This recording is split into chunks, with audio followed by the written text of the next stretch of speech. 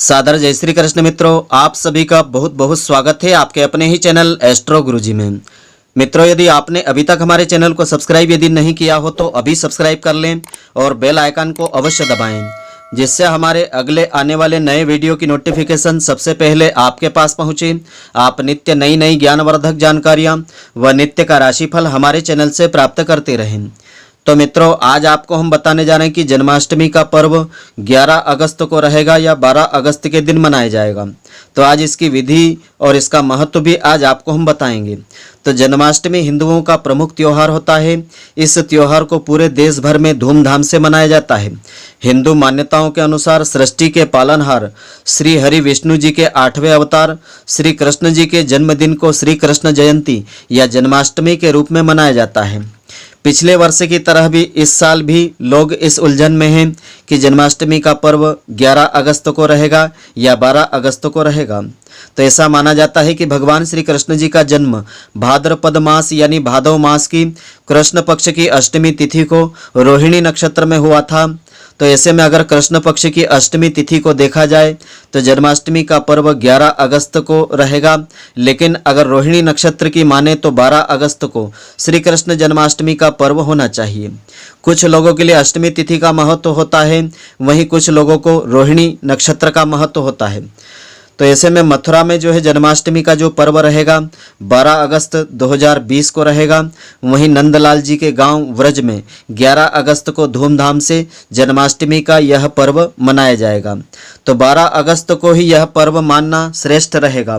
हिंदू पंचांग के अनुसार कृष्ण जन्माष्टमी भाद्रपद मास के कृष्ण पक्ष की अष्टमी तिथि यानी 8वें दिन मानी जाती है और कैलेंडर के अनुसार प्रति वर्ष अगस्त या सितंबर के महीने में जन्माष्टमी का यह पर्व होता है। तो तिथि के अनुसार जन्माष्टमी का पर्व 11 अगस्त को रहता है और वहीं रोहिणी नक्षत्र को महत्व देने वाले लोगों के लिए 12 अगस्त को जन्माष्टमी का पर्व श्रेष्ठ रहेगा। तो जन्माष्टमी का विशेष मुहूर्त इस प्रकार से रहेगा। जन्माष्टमी जो तिथि है 11 और 12 अगस्त को अष्टमी तिथि प्रारंभ होगी 11 अगस्त 2020 को प्रातःकाल 9:06 से आरंभ हो जाएगी और अष्टमी तिथि समाप्त होगी 12 अगस्त 2020 को प्रातःकाल 5:22 तक समाप्त हो जाएगी। रोहिणी नक्षत्र का प्रारंभ होगा दिनांक 13 अगस्त 2020 की सुबह 3:27 से। रोहिणी नक्षत्र समाप्त होगा 14 अगस्त 2020 को प्रातःकाल 5:22 पर।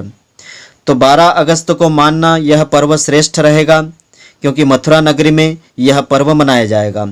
कृष्ण जन्माष्टमी का विशेष महत्व इस प्रकार से है।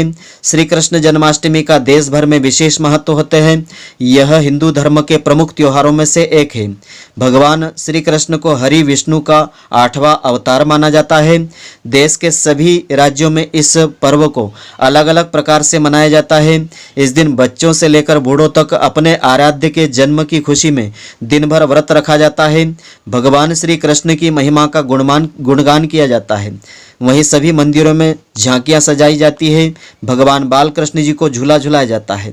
तो कैसे रखना चाहिए आपको जन्माष्टमी का व्रत? जन्माष्टमी के शुभ अवसर पर श्रद्धालु दिन भर व्रत रखें। अपने आराध्य का आशीर्वाद प्राप्त करने के लिए विशेष पूजा अर्चना करें। जन्माष्टमी का व्रत इस तरह से रखने का विधान होता है। जो लोग जन्माष्टमी का व्रत रखना चाहते हैं उन्हें जन्माष्टमी से एक दिन पहले केवल एक वक्त ही भोजन लेना चाहिए। जन्माष्टमी के दिन प्रातःकाल स्नान करने के बाद यह भक्त जो है इस व्रत का संकल्प लेते हुए अगले दिन रोहिणी नक्षत्र और अष्टमी तिथि के खत्म होने के बाद इस व्रत का पारण आपको करना चाहिए। इस दिन की पूजा विधि इस प्रकार से रहेगी। जन्माष्टमी के दिन भगवान श्री कृष्ण जी की पूजा करने का विधान होता है। अगर आप भी जन्माष्टमी का व्रत रखते हैं तो इस तरह से भगवान श्री कृष्ण जी की पूजा अर्चना आप कर सकते हैं। इस दिन प्रातःकाल स्नान करने के पश्चात स्वच्छ पीले वस्त्र धारण करें और अब अपने घर के मंदिर में श्री कृष्ण जी या ठाकुर जी की मूर्ति को पहले गंगा जल से स्नान करावें। इसके बाद मूर्ति को दूध, दही, घी, शक्कर, शहद और केसर के घोल से स्नान करावें और शुद्ध जल से स्नान करावें और रात्रि 12 बजे इनको भोग लगा करके लड्डू गोपाल जी की पूजा अर्चना करें, फिर आरती उतारें और अब घर के सभी सदस्य प्रसाद ले लें। अगर आप व्रत रखते हैं तो दूसरे दिन नवमी को यह व्रत आपको पारण करना चाहिए, यानी यह व्रत आपको खोलना चाहिए। श्री कृष्ण के जन्म की कथा इस प्रकार से है। इस जन्म कथा को श्रद्धा पूर्वक श्रवण करने से भगवान श्री कृष्ण की विशेष कृपा मिलती है। तो त्रेता युग के अंत में द्वापर युग के प्रारंभ काल में पापी कंस उत्पन्न हुआ था।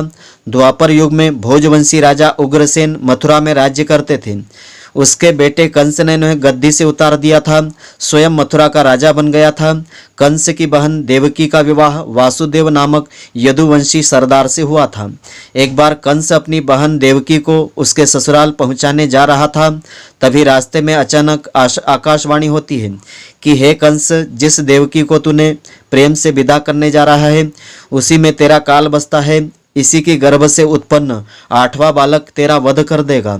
आकाशवाणी सुनकर के कंस अपने बहनोई वासुदेव को जान से मारने के लिए तैयार हो जाता है। तभी देवकी ने उनसे विनयपूर्वक कहा, मेरी गर्भ में जो संतान होगी मैं उसे तुम्हारे सामने ला दूंगी, तुम्हें सौंप दूंगी। बहनोई को मारने से क्या लाभ होगा। यह सुनकर के कंस देवकी को वापस मथुरा ले गया और उसने वसुदेव और देवकी को कारागार में बंद कर दिया। काल कोठरी में देवकी की कोख से 7 बच्चों ने जन्म लिया, लेकिन कंस ने उनके पैदा होते ही उन्हें मार दिया था। अब 8वां बच्चा होने वाला था। कारागार में उन पर कड़े पहरे थे। उसी बीच नंद की पत्नी यशोदा को बच्चा होने वाला था। जिस समय वासुदेव देवकी को पुत्र पैदा हुआ, उसी समय संयोग से यशोदा के गर्भ से एक कन्या का जन्म हुआ, जो और कुछ नहीं सिर्फ माया थी। जिस कोठरी में देवकी वासुदेव कैद थे उसमें अचानक प्रकाश हो गया और उनके सामने शंख चक्र गदा पद्म धारण किए हुए चतुर्भुज भगवान प्रकट हो जाते हैं। दोनों भगवान के चरणों में गिर पड़े। तब भगवान ने उनसे कहा कि अब मैं पुनः नवजात शिशु का रूप धारण कर लेता हूँ, तो मुझे इसी समय अपने मित्र नंद के घर वृंदावन में भेज आओ और उनके यहाँ जो कन्या जन्मी है उसे लाकर के कंस के हवाले कर दो। इस समय वातावरण अनुकूल नहीं है, फिर भी तुम चिंता नहीं करो, जागते हुए पहरेदार सो जाएंगे। कारागार के सारे दरवाजे अपने आप खुल जाएंगे और उफनती अथाह यमुना तुम पार कर जाने का मार्ग तुम्हें दे देगी। अपनी मृत्यु के डर से घबरा करके कंस ने पूतना को बुला करके कृष्ण को मारने का आदेश दिया।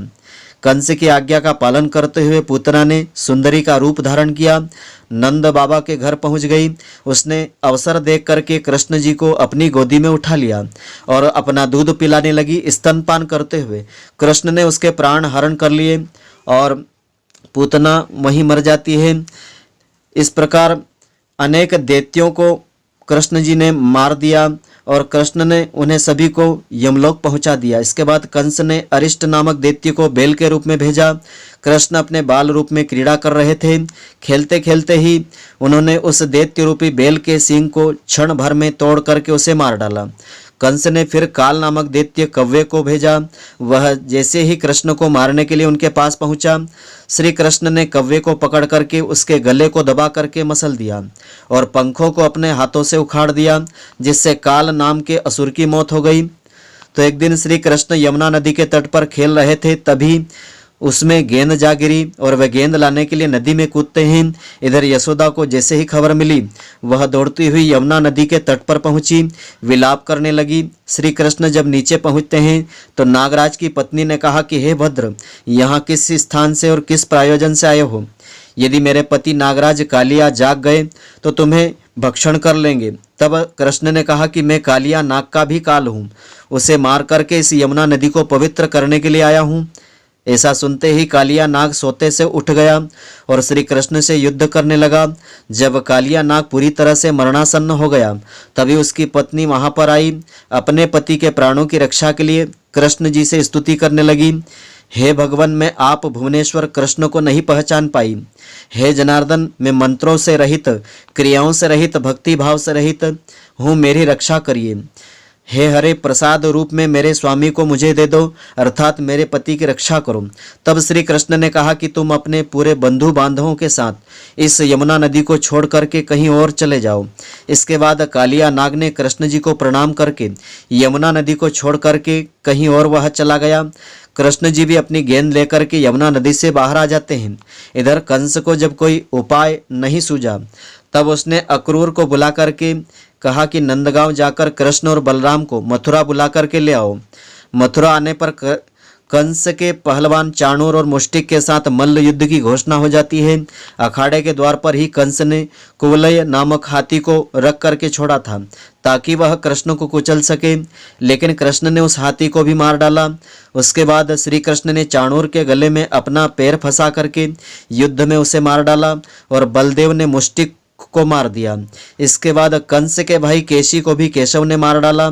बलदेव ने मूसल और हल से, कृष्ण ने सुदर्शन चक्र से दैत्यों को मार करके सप्तमी तिथि को सभी दैत्यों को मार डाला। श्री कृष्ण ने कहा कि हे दुष्ट कंस, अब उठो, मैं इसी स्थल पर तुम्हें मारकर इस पृथ्वी को तुम्हारे भार से, तुम्हारे पाप से मुक्त करूंगा। यह कहते हुए कृष्ण ने कंस के बालों को पकड़ा, घुमा करके पृथ्वी पर पटक दिया, जिससे कंस वहीं मारा गया। कंस के मरने पर देवताओं ने आकाश से कृष्ण और बलदेव पर पुष्पों की वर्षा की।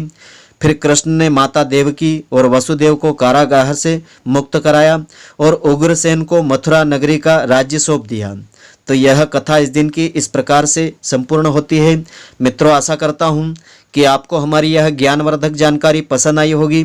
यदि आपको पसंद आई हो तो आप हमारे वीडियो को लाइक व शेयर अवश्य करें। धन्यवाद। जय श्री कृष्ण मित्रों, फिर मिलेंगे।